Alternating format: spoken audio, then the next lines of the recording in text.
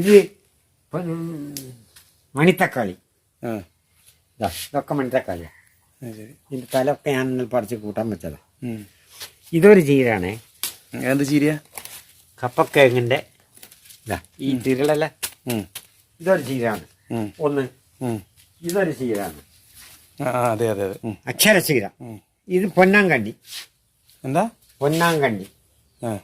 ഇത് സ്ഥിരമായിട്ട് കാഴ്ച, കണ്ണിൻ്റെ കാഴ്ചയൊക്കെ. പക്ഷെ ഇപ്പം വ്യാജനായിട്ട് ഒരുപാട് ഇതെല്ലാം ഇറങ്ങിയിട്ടുണ്ട്. ഇതാണ് ശരിയായ പൊന്നാങ്കണ്ണി. ഇത് തമര, സുന്ദരിച്ചീര. സുന്ദരിച്ചീര, സാമ്പാർ ചീര, നെയ്ക്കുറുമ്പ. ശരി, ഒരു ചീര വർഗ്ഗം അല്ലേ? നല്ല രസമുള്ള ചീര. രസം മറന്നു. പന്നാവരം ചീര. ഇത് പിന്നെ രണ്ടല്ല പറിച്ച് തിന്നു നോക്ക്.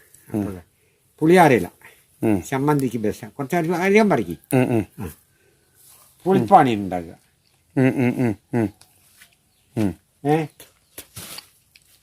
ആഫ്രിക്കൻ മല്ലി,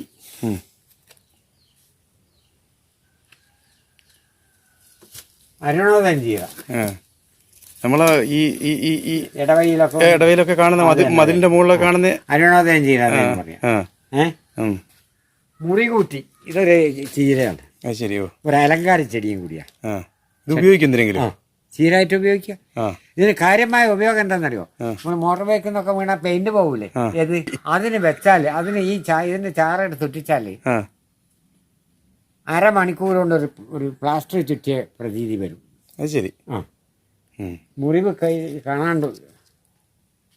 പാട് കാണാത്ത രീതിയിൽ മുറിവാണ്. അത് ശരി.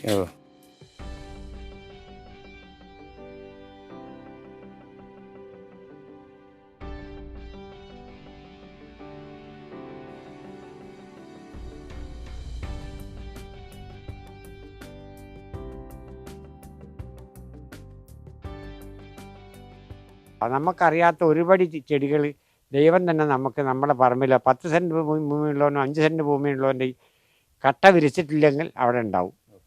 ഈ കട്ട വിരിക്കുന്ന സ്ഥലത്താണ് ഇതൊന്നും തന്നെ ഉണ്ടാകാത്തത്. നിലം നന്നാക്കാനുള്ള ഉദ്ദേശത്തിൽ.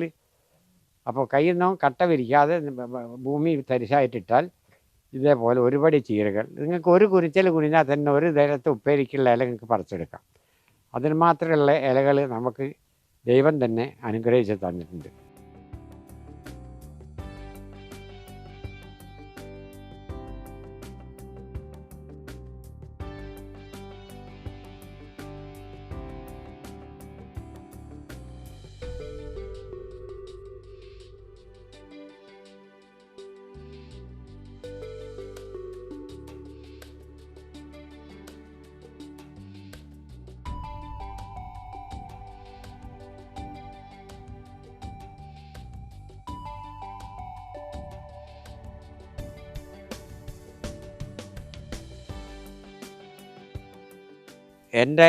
എന്നെ പ്രസവിച്ചിട്ടത് വേണമെങ്കിൽ ആലയിൽ എന്ന് പറയാം. ഞങ്ങൾക്ക് 4 ഏക്കർ കൃഷിസ്ഥലം ഉണ്ടായിരുന്നു, നെൽകൃഷി.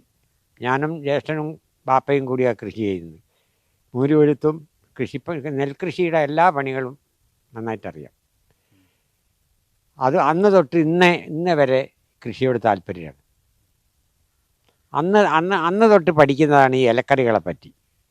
ബാപ്പ എന്നും വയലിൽ പണിയെടുത്ത് വരുമ്പോൾ ഒരു പിടി എന്തെങ്കിലും ഒരു ഇലയായിട്ടാണ് തിരിച്ചു വരിക.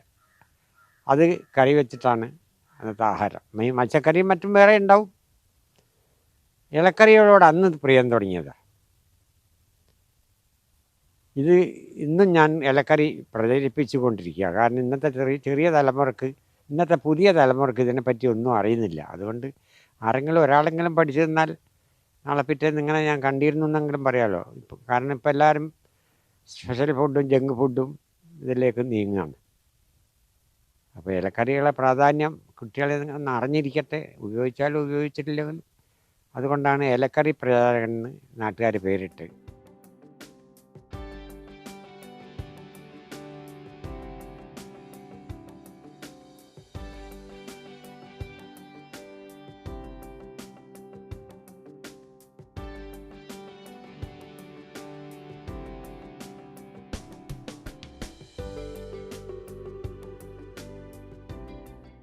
ഇതിൻ്റെ രീതി എന്താണെന്ന് പറഞ്ഞാൽ 1 മീറ്റർ ആഴത്തിൽ നിന്ന് JCB വെച്ച് മണ്ണെടുത്ത് മാറ്റി അതിലേക്ക് അത്രയും ആഴത്തിൽ ചകിരിച്ചോറും ചാണകവും ഫില്ല് ചെയ്ത് ഈ മണ്ണും ചേർത്ത് ഫില്ല് ചെയ്തിട്ട് ഉണങ്ങിയ ഇലകൾ ചേർത്തതിന് ശേഷം വൈറ്റ് ടൈപ്പിൽ കുമ്മായം കൊണ്ട് മാർക്ക് ചെയ്തിട്ട് എല്ലാ തരം ചെടികളും കറിവേപ്പില, ജാതി, കവുങ്ങ് എല്ലാ ചെടികളും വളർത്തിയാൽ ഈ ചെടികളെല്ലാം തന്നെ മത്സരിച്ച് വളരും. ഇപ്പോൾ ഇത് 2ാമത്തെ കൊല്ലമാണ്.